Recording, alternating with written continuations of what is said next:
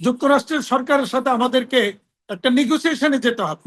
সেখানে তাদেরকে বুঝাতে হবে যে আমরা যদি দেখি যে যুক্তরাষ্ট্র থেকে যেই সমস্ত আইটেম আমরা আমদানি করি তার মধ্যে কপার সালফেট বা একটা ধাতব পদার্থ যেটা আমাদের প্রায় 5 বিলিয়নের মতো আসে, অর্থাৎ 25%, যেটা ডিউটি ফ্রি আমাদের এখানে ঢুকে।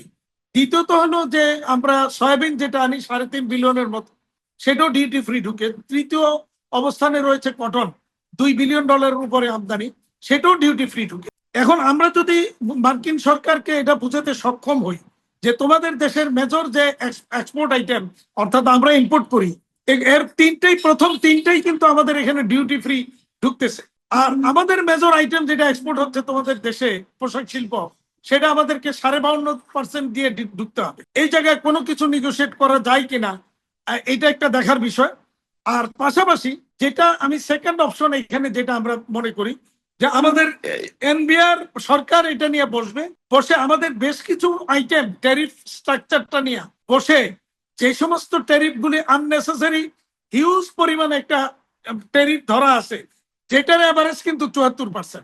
আমরা কিন্তু কোনো দেশের উপর ট্যারিফ ইম্পোজ করি না, আমাদের দেশে ট্যারিফটা হয় পার্টিকুলারলি ওই এইচএস কোডের উপরে।